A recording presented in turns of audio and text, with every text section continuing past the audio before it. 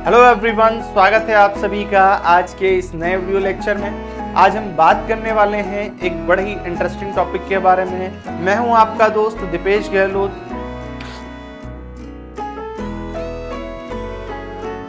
Hello everyone, स्वागत है आप सभी का आज के इस नए वीडियो लेक्चर में। मैं हूं आपका दोस्त दीपेश गहलोत और आज हम बात करने वाले हैं एक बड़े ही इंपॉर्टेंट टॉपिक के बारे में। बात होने वाली है देश की कानून व्यवस्था की। बात होने वाली है आज से लगभग 6 महीने पहले हमारे जो केंद्रीय गृह मंत्री हैं अमित शाह जी द्वारा भारत की जो कानून व्यवस्था है, जिसके आधार पर पूरा देश का जो लॉ एंड ऑर्डर मेंटेन होता है, उसके जो नियम कायदे कानून होते हैं, उन सभी में क्या कर दिया गया है, परिवर्तन कर दिया गया है। तो यहाँ पर हम देखने वाले हैं कि लगभग अब 1 जुलाई से आने वाली 1 जुलाई से हैं, तो नए वाले जो कानून हैं जिनके अंदर क्या कर दिया गया है, परिवर्तन करके नया रूप दिया गया है, उनको लागू करने की क्या कर दी गई है, प्रक्रिया यहाँ पर चालू कर दी गई है। हाल ही में यहाँ पर क्या देखने को मिला है, एक नोटिफिकेशन है, उस नोटिफिकेशन के माध्यम से बात हमारे सामने आई। ठीक है, ब्रेकिंग न्यूज देखिए, Indian 3 criminal law replace with IPC, CrPC and the evidence act to be come into the force from 1 July. ठीक है, जैसा कि मैंने आपको बताया कि भारत के अंदर जिन 3 कानूनों के आधार पर क्या लिए जाते थे, निर्णय लिए जाते थे या व्यवस्थाएं संचालित करी जाती थी, उनके बदले हुए रूप 1 जुलाई से क्या हो जाएंगे, यहाँ पर हमें देखने को मिलेंगे। ठीक है, newly enacted criminal law that replaced penal code to come into effect from the 1 July. अलग अलग यहाँ पर न्यूज हैंडल, मीडिया हैंडल के द्वारा ये सूचना दी गई। अभी जैसे कि अगर ये जो आईपीसी है, सीआरपीसी है, जो इंडियन एविडेंस एक्ट है, जो पुराने वाले, उनको रिप्लेस करके यहाँ पर क्या कर दिए गए, उन्हें नए नाम दिए गए। जैसे आईपीसी को क्या दिया गया, भारतीय नागरिक सुरक्षा संहिता 2023, सीआरपीसी को भारतीय न्याय संहिता 2023, और यहाँ पर जो इंडियन एविडेंस एक्ट हुआ करता था उसका नाम क्या है, भारतीय साक्ष्य अधिनियम 2023 रखा गया। ठीक है, ये लगभग यहाँ पर देखने को मिलता है कि 3 नए कानून 1 जुलाई 2024 से यहाँ पर लागू हो जाएंगे। केंद्र सरकार ने शनिवार को, या बोला जाए तो बीती 24 फरवरी के दिन क्या करी गई है, इससे जुड़ी अधिसूचना जारी कर दी गई, जिसके अंदर इंडियन पिनल कोड आईपीसी की जगह भारतीय न्याय संहिता, क्रिमिनल प्रोसीजर कोड सीआरपीसी की जगह भारतीय नागरिक सुरक्षा संहिता और इंडियन एविडेंस एक्ट की जगह भारतीय साक्ष्य अधिनियम यहाँ पे क्या होगा, लागू होगा। जैसे कि इसके अंदर क्या करा गया है, नाम बदला गया है, तो केवल नाम ही नहीं, इसके अंदर विभिन्न प्रकार की धाराओं को भी क्या कर दिया है, अलग रूप में परिवर्तित कर दिया है। जैसे भारत सरकार द्वारा कोई भी नया कानून, किसी भी प्रकार के परिवर्तन करे जाते हैं तो उसको भारत के राजपत्र द गजेट ऑफ इंडिया के अंदर प्रकाशित किया जाता है। तो जैसे कि इसको भी क्या करा गया है, यहाँ पर प्रकाशित करा गया है। Ministry of homes affair, ministry of homes affair के अलग अलग 2 से 3 यहाँ पर नोटिफिकेशन देखने को मिल रहा है। ठीक है, थोड़ा सा इसको समझते हैं चीजें होती क्या है। जैसा कि हम सभी जानते हैं, हमारे यहाँ जो कानून व्यवस्था है, आज भी हमारे यहाँ जो हत्या, उसके बाद रेप, चोरी, डकैती, इनसे संबंधित सभी प्रकार के जो दंड के प्रावधान है या उनकी दंड देने की जो प्रक्रिया है, आज भी अंग्रेजों के जमाने की क्या करी जा रही है, प्रयोग करी जा रही है। ठीक है, जो लॉर्ड मैकाले हैं, जिन्होंने भारत की शिक्षा व्यवस्था की शुरुआत करी थी, जो आज तक हमारी शिक्षा प्रणाली चलती आ रही है, लॉर्ड मैकाले की देन थी। और लॉर्ड मैकाले ही भारतीय विधि आयोग के जो पहले सदस्य हुआ करते थे और उसके अध्यक्ष भी हुआ करते थे। उनके शासनकाल के दौरान, उनके समय पर इन 3 चीजों को क्या करा गया था, इंट्रोड्यूस, उनके मतलब आसपास ही इंट्रोड्यूस करा गया था। 1860 में इंडियन पिनल कोड की जगह भारतीय नागरिक संहिता लाई गई है। 1898 में सीआरपीसी और 1872 में भारतीय साक्ष्य अधिनियम लाया गया था। अब ये क्या होता है, इसको समझते हैं। जैसे किसी व्यक्ति ने किसी प्रकार को कोई अपराध करा, जैसे मान लीजिए किसी ने किसी की मारपीट कर दी, किसी की संपत्ति जब्त कर ली, किसी की हत्या कर दी, किसी का रेप कर दिया, किसी के यहाँ चोरी कर दी, किसी के यहाँ डकैती कर दी, किसी को डराया, किसी को धमकाया। तो अलग अलग प्रकार के जो भी क्या है अपराध करें, तो उन सभी अपराधों को करने पर क्या सजा होगी और सजा कितने समय की होगी, उसके ऊपर कितना जुर्माना लगाया जाएगा और किस चीज को अपराध बोला जाएगा, ये सारी की सारी चीजें किसके अंदर है, भारतीय न्याय संहिता 2023 के अंदर सम्मिलित करी गई है अपने रूप से। ठीक है, तो ये तो देख लिया हमने कि अगर सजा क्या है, किस अपराध के लिए, ये भारतीय नागरिक संहिता के अंतर है, जिसको इंडियन पिनल कोड कहते थे। दूसरा, अब अपराध हुआ है तो अपराध को होने के बाद उसकी क्या करी जाएगी, ट्रैकिंग भी करी जाएगी। अगर किसी को छुरे से मारा गया है तो छुरे को रखा जाएगा, अगर किसी अपराधी ने कहीं पर क्या करा है, किसी को मारपीट करा है तो उसकी कैमरा फुटेज भी होगी, अगर किसी ने किसी व्यक्ति को देखा है तो उसका गवाह भी होगा, अगर कोई कहीं गया है तो वहां से उसकी डीएनए सैंपलिंग भी हो सकती है। ठीक है, मतलब अलग अलग तरीके से अगर कोई अपराध हुआ है तो उसके किस प्रकार के सबूत हो सकते हैं, किस चीज को सबूत माना जाएगा, किन किन चीजों को सबूतों की श्रेणी के अंदर रखा जाएगा, सबूत को लेने की प्रक्रिया क्या होगी, उसको पेश करने की क्या प्रक्रिया होगी, ये सारी की सारी चीजें किसके अंदर, यहाँ पर भारतीय क्या नाम है इसका, भारतीय एविडेंस एक्ट या इंडियन एविडेंस के अंतर्गत रखा गया था। कानून को हमने उल्लंघन करा, अपराध करा, तो वो आईपीसी के अंदर है, उसके लिए हमको किस तरीके से क्या करना है, एविडेंस इकट्ठा करना है, वो एविडेंस एक्ट के अंदर है। अब यहां पर कानून को उसको सजा देने की क्या प्रक्रिया रहेगी, अगर पुलिस आती है तो पुलिस के आने का तरीका क्या होगा, चार्जशीट किस प्रकार से दायर होगी, एफआईआर किस प्रकार से दायर होगी, उसको कितने समय जेल में रखना है, उसको कब कोर्ट में पेश करना है, कोर्ट में ले जाने की क्या प्रक्रिया होगी, कोर्ट में उसे पेश करने की क्या प्रक्रिया होगी, ये सभी प्रकार की मतलब पुलिस के काम करने का जो तरीका है वो सबका सब किसके अंदर बताया है, पुलिस के कोर्ट का काम करने का जो तरीका है वो किसके अंदर बताया गया है, सीआरपीसी के अंतर्गत। ठीक है, तो तीन चीज, पहला अगर जो व्यक्ति करेगा, जो अपराध करेगा तो अपराध क्या है, उसकी सजा क्या है, वो आईपीसी में, पुलिस या कोर्ट किस प्रकार से निर्णय देगी, किन प्रक्रियाओं के अधीन निर्णय देगी, वो सीआरपीसी में, और उस किस आधार पर दिया जाएगा उससे संबंधित जो क्या रहेंगे यहाँ पर साक्ष्य रहेंगे या एविडेंस रहेंगे, वो इंडियन एविडेंस के अंतर्गत यहाँ पर बताए जाएंगे। तो इन तीनों में थोड़ा थोड़ा परिवर्तन करा है, आगे इसके अंदर धाराओं में भी हल्का फुल्का चेंज करा है। हालांकि भारतीय न्याय संहिता की जो नई धारा है 106, जो motor vehicle act hit and run कानून से संबंधित है, ठीक है, हिट एंड रन कानून से संबंधित, उसको अभी क्या कर दिया गया, होल्ड पर रख दिया गया। जैसा कि हम सभी जानते हैं, अभी नया हिट एंड रन कानून में थोड़ा सा क्या करा गया था, परिवर्तन करा गया था। परिवर्तन क्या, आप सोच रहे होंगे अंग्रेज कितने समझदार थे, कितने प्रोग्रेसिव थे कि आज जो समस्याएं हो रही हैं, आज जो अपराध हो रहे हैं, उन अपराधों के लिए वो आज से लगभग 100-150 साल पहले क्या कर गए हैं, कानून बना के चले गए। तो भैया हमें समझना होगा, भारत अकेला ही उनका गुलाम नहीं था, भारत के पहले भी अलग अलग देशों को उन्होंने गुलाम बनाया था और उनके ऊपर क्या करा गया था, अपना अधिकार जमाया गया। तो वहां से उन्हें क्या मिल चुकी थी, एक प्रेरणा मिल चुकी थी, एक आइडिया लग चुका था कि अगर कोई देश को गुलाम बनाया जाए तो किस किस प्रकार से उस पर कंट्रोल रखा जाएगा, विद्रोह होगा तो तब क्या करा जाएगा। तो उस प्रकार से वो सारी चीजें सीख के उन्होंने भारत पे इंप्लीमेंट करी थी पहले के समय पे। उतना प्रोग्रेसिव मानना ठीक नहीं है, वो तो अपनी सहूलियत के लिए काम करते थे। पहले क्या होता था, पहले के समय पे अंग्रेजों के पास ही अधिकतर समय गाड़ियां होती थी और गाड़ियों से अधिकतर टक्कर होती थी।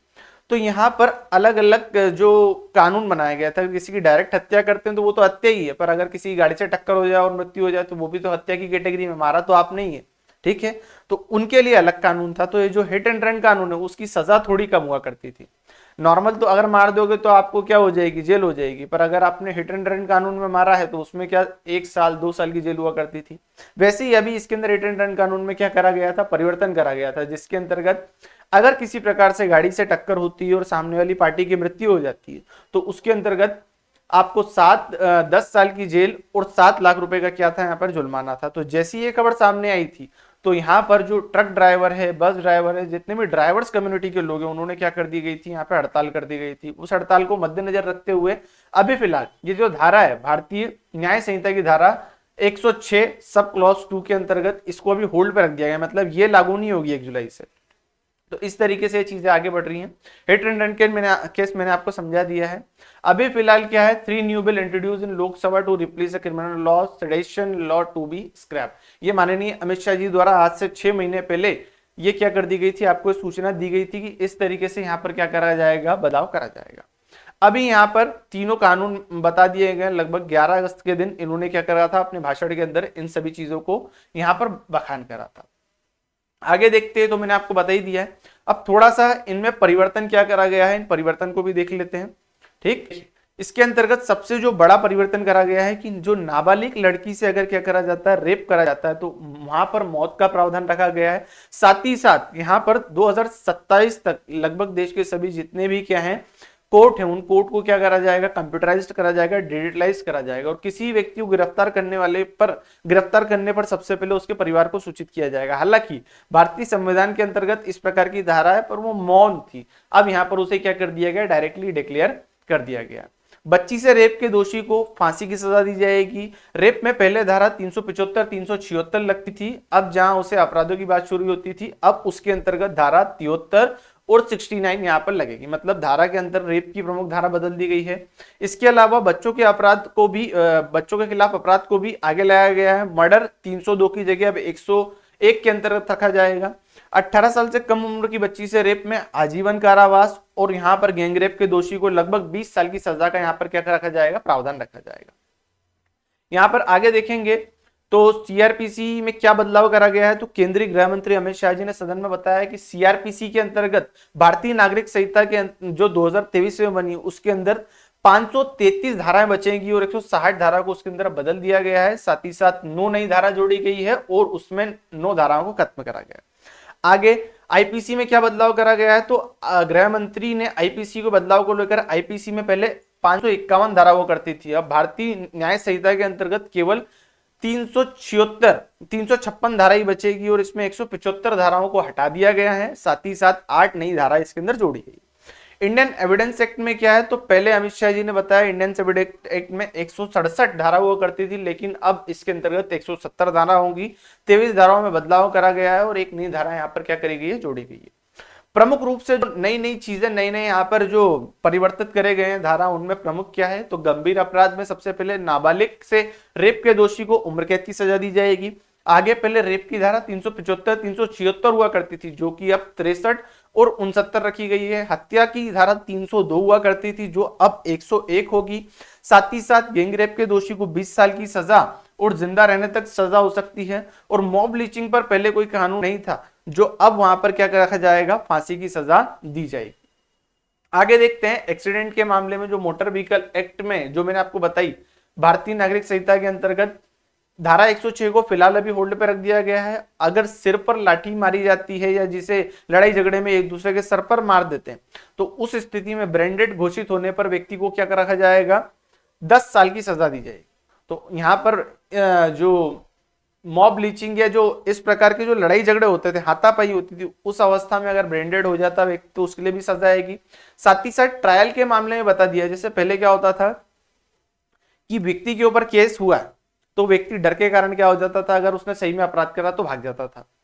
तो यहां पर जब तक वो पकड़ाई में नहीं आता था तब तक उसके ऊपर केस चलता नहीं था, तब तक वो केस सिर्फ लगा हुआ होता था कि हाँ इस व्यक्ति के ऊपर केस है, पर उसको सजा देने की प्रक्रिया चालू नहीं होती थी। पर अब क्या है, अगर व्यक्ति के ऊपर क्या होता है, अगर कोई केस दायर होता है, उस दायर होने के 90 दिन के भीतर अगर वो यहाँ पर उपस्थित नहीं होता है कोर्ट के समक्ष, तो उसका ट्रायल शुरू कर देंगे, मतलब उसको सजा देने की प्रक्रिया शुरू कर दी जाएगी। तो यहाँ पर बताया गया है क्या कि किसी व्यक्ति को गिरफ्तार करने पर पुलिस को सबसे पहले उसके परिवार को जानकारी देनी होगी। अब ट्रायल जो होगा लगभग 90 दिनों के भीतर शुरू कर दिया जाएगा। और यहाँ पर किसी के अगर आरोपी 90 दिन के भीतर कोर्ट में प्रस्तुत नहीं होता है तो उसके यहाँ पर ट्रायल होंगे। गंभीर मामलों में आधी सजा काटने के बाद सजा माफी के भी क्या रहेंगे, प्रावधान रहेंगे। साथ ही साथ अब ट्रायल कोर्ट को अपना फैसला कितने 3 साल के अंतर्गत देना होगा। जैसे पहले क्या होता था, बोला जाता था अगर एक बार कोर्ट में चले गए तो आपकी जिंदगी, बाल उड़ जाएंगे, चप्पल घिस जाएगी, पर आपका फैसला नहीं होगा। पर ऐसा नहीं, अब यहाँ पर कोर्ट को भी बाउंडेड करा गया है कि भैया लगभग आपको 3 साल के अंतर्गत क्या देना पड़ेगा, पूरा फैसला सुनाना पड़ेगा। साथ ही साथ जब जज अपना फैसला दे देते थे तो उसको मतलब फैसला देते थे, फाइनल हो जाता था, अपना फैसला प्रिजर्व कर लेते कि हम बाद में बताएंगे, फैसला तो कर लिया पर बाद में बताएंगे। तो अब यहाँ पर जज को 43 दिन के अंदर क्या देना पड़ेगा, फैसला देना पड़ेगा। साथ ही साथ फैसला देने के बाद में 7 दिन के अंतर्गत उसे इंप्लीमेंट भी करना पड़ेगा। ठीक है, फैसले के 7 दिन के भीतर सजा भी सुनानी पड़ेगी और इंप्लीमेंट करना पड़ेगा। और साथ ही साथ दया याचिका केवल और केवल व्यक्ति ही दायर कर पाएगा। पहले क्या होता था कि अगर किसी व्यक्ति को कोई अपराध करता है तो उसके खिलाफ, उसके पक्ष में दया याचिका उसके परिवार के लोग, एनजीओ या अन्य कोई व्यक्ति भी कर सकता था। पर अब अगर व्यक्ति अपराध करता है तो गंभीर किस्म के अपराधों में जो राष्ट्रपति द्वारा, राज्यपाल द्वारा दया याचिका में जो छूट दी जाती है, व्यक्ति को सजा माफ करी जाती है, तो केवल और केवल व्यक्ति ही कर पाएगा। तो ये यहाँ पर नए नए क्या करे गए हैं, परिवर्तन करे गए। ये सभी जो मैंने बातें कही ये एक बार लिस्ट में यहाँ पर दी गई है। जो भी व्यक्ति क्या है, पुलिस की तैयारी करता है, या बोला जाए तो कोर्ट से संबंधित काम करता है, या बोला जाए तो एसआई से संबंधित परीक्षा की तैयारी कर रहा है, तो उसके लिए ज्यादा बेनिफिशियल है। ये बड़ी बड़ी जो मुख्य धाराएं परीक्षाओं के अंतर्गत पूछी जाती, तो इसको आप लोगों को तैयार कर लेना। ठीक है, आगे देखेंगे तो लव जिहाद। में पहचान छुपाकर अगर कोई व्यक्ति क्या करता है, लड़की का शोषण करता है, तो उसके खिलाफ भी क्या करा गया है, यहाँ पर सजा का प्रावधान है। नाबालिग बच्ची से सामूहिक दुष्कर्म की दशा में मृत्यु दंड का प्रावधान रखा गया है और साथ ही साथ बच्चों और महिलाओं के खिलाफ अपराध होने पर 10 वर्ष तक की सजा का प्रावधान यहाँ पर मुख्य रूप से देखने को मिला। ठीक है, आगे जो हेट स्पीच होती थी, मतलब भड़काऊ भाषण दिए जाते थे, तो उसके लिए कोई प्रावधान नहीं था। लोग बोलते थे हमें क्या है, वक्तव्य की स्वतंत्रता है, आजादी है, बोलने की आजादी, तो उसके ऊपर भी यहाँ पर बाउंडेशन रख दी गई। अगर कोई व्यक्ति हेट स्पीच देता है तो ऐसे मामलों में उसे 3 साल की सजा दी जा सकती है और जुर्माने का ये प्रावधान यहाँ पर करा गया। राजद्रोह कानून और देशद्रोह कानून के संबंध में बातें बताई गई है। यहाँ पर पहले नए बिल में राजद्रोह कानून का नाम हटा दिया गया है, इसकी जगह अब धारा 150 के तहत आरोप तय किए गए हैं, जिसके अंदर आजीवन कारावास या 3 साल की सजा, दोनों में से कोई एक, या उसके जो बोला जाए तो कर्मों के आधार पर वहां पर डिपेंड होगा कि किस तरीके की सजा उसको दी जाएगी। देशद्रोह को अब क्या करा गया, जो पहले राजद्रोह की कैटेगरी में आता था उसको अब देशद्रोह में परिवर्तित कर दिया गया है। और आगे देखते हैं आगे क्या है, राजद्रोह का इतिहास क्या है। तो राजद्रोह पहले बहुत सारे लोगों पे लगा है, भगत सिंह, राजगुरु, महात्मा गांधी, नेहरू, सुभाष चंद्र बोस, इन सभी के ऊपर राजद्रोह के कानून पहले लग चुके हैं। ठीक है, इनमें क्या कर दिया गया, परिवर्तन कर दिया गया। तो जैसे यहाँ नीचे दे रखा है 1897 में बाल गंगाधर तिलक के खिलाफ महात्मा गांधी, जवाहरलाल नेहरू, भगत सिंह, राजगुरु, वो जितने भी क्रांतिकारी सभी के खिलाफ क्या लगता था, पहले राजद्रोह के कानून के आधार पर क्या करी जाती थी, सजा दी जाती थी। यहाँ पर अमित शाह जी, केंद्रीय मंत्री अमित शाह जी ने कहा है कि इन तीनों कानूनों को रिप्लेस करके इनकी जगह 3 नए कानून लाए जाएंगे, मतलब जो पुराने वालों को हटाकर नए। उन्होंने कहा है कि 18 राज्यों, 6 केंद्र शासित प्रदेशों, भारत की सुप्रीम कोर्ट, 22 हाई कोर्ट, न्यायिक संस्थानों, 142 सांसद, 270 विधायकों के अलावा जनता से भी इन विधेयकों के ऊपर क्या करी गए हैं, विचार प्रस्तुत करवाएं। और लगभग 158 बैठकों के आधार पर हमने क्या करा है, जो नए वाले कानून को लेकर आए। अब इसके अंदर क्या है, प्रमुख चीजें अब आगे और क्या बदलेगी, नए कानून के नोटिफिकेशन के बाद क्या होगा, तो सुप्रीम कोर्ट के एडवोकेट चिराग गुप्ता बताते हैं कि नए क्रिमिनल लॉ लागू होने की तारीख जो भी होगी, उस तारीख से जब भी अपराध करा जाएगा तो उस अपराध को नए वाले जो कानून है उनके आधार पर क्या करा जाएगा, डील करा जाएगा, और जो पुराने अपराध है उनको पुराने वाले कानून के आधार पर डील करा जाएगा। साथ ही साथ जो एफआईआर पेंडिंग केसों पर क्या प्रभाव पड़ेगा, जो पेंडिंग केस जितने पुराने हैं, आज से पुराने, तो उन पर पुराने वाले जो क्या है व्यवस्था, उसके अकॉर्डिंग क्या करी जाएगी, कानून व्यवस्था संचालित करी जाएगी पुलिस के सामने। और यहाँ पर अगली चीज वकीलों के सामने, और अगली चीज अदालत में क्या होगा। तो अब यहाँ पर 2 व्यवस्था संचालित होगी लंबे समय के लिए। अब जैसा कि हम सभी जानते हैं, हमारे देश में सर्वाधिक पेंडिंग केस पाए गए, हमारे देश में जितनी अदालतें हैं उनमें सभी में सर्वाधिक पेंडिंग केस है। तो अभी जितने भी पेंडिंग केस है उन पे फैसला अदालत करेगी, पुलिस पकड़ के उनको लाएगी और उनके खिलाफ क्या होंगे, वकील पक्ष विपक्ष में खड़े होंगे। तो अब इन तीनों, पुलिस, वकील और यहाँ पर अदालत, तीनों को ही क्या करना पड़ेगा, जो पुराने केस हैं उनके लिए पुराने कानूनों को याद रखना पड़ेगा, और जो नए कानून हैं उनके आधार पर नए केसों की सुनवाई करनी पड़ेगी। तो यहाँ पर पुलिस, वकील और अदालत के लिए बड़ा ही चैलेंजिंग काम यहाँ पर देखने को मिलेगा। उसके अलावा टेरर संबंधित अपराधों के लिए क्या होगा, तो पुराने समय में हम क्या करते थे, जो आतंकवाद से संबंधित अपराध हैं उनको यूएपीए एक्ट के अंतर्गत रखते थे, पर फिलहाल उसमें माकोका के अंदर उसे रखा जाएगा। माकोका क्या होता है, तो क्या है, तो महाराष्ट्र सरकार ने 1999 के अंतर्गत MCOCA, Maharashtra control of organised crime बनाया। इसका मकसद संगठित अंडरवर्ल्ड अपराध को क्या करना है, खत्म करना है। ठीक है, महाराष्ट्र और दिल्ली में कानून लागू है जिसके तहत अंडरवर्ल्ड से जुड़े अपराध, जबरन वसूली सहित गैर कानूनी काम जिसमें बड़े पैमाने पर पैसे बनाए जा सकते हैं, उस मामले शामिल है। ठीक है, और मकोका लगने वालों को क्या नहीं मिलती है, जमानत नहीं मिलती है। तो फिलहाल ये वीडियो लेक्चर आपके एक अवेयरनेस के लिए था कि भारत के अंतर्गत जो कानून व्यवस्था संचालित होती है उसमें बड़े परिवर्तन होने वाले हैं 1 जुलाई से। तो आशा करता हूं आपको ये वीडियो अच्छी लगी है। अगर आपको ये वीडियो पसंद आती है तो इसे लाइक करिए, और 1 सेकंड से भी कम का समय आपको इसके सब्सक्राइब बटन को दबाने में लगता है तो प्लीज आप मेरे चैनल को सब्सक्राइब जरूर करिए, जिससे कि इससे संबंधित होने वाली आगे विभिन्न प्रकार की जो नॉलेजेबल वीडियो है वो समय अनुरूप आपको प्राप्त हो जाए। तो मिलते हैं किसी नए वीडियो लेक्चर में, तब तक के लिए धन्यवाद। जय हिंद, जय भारत।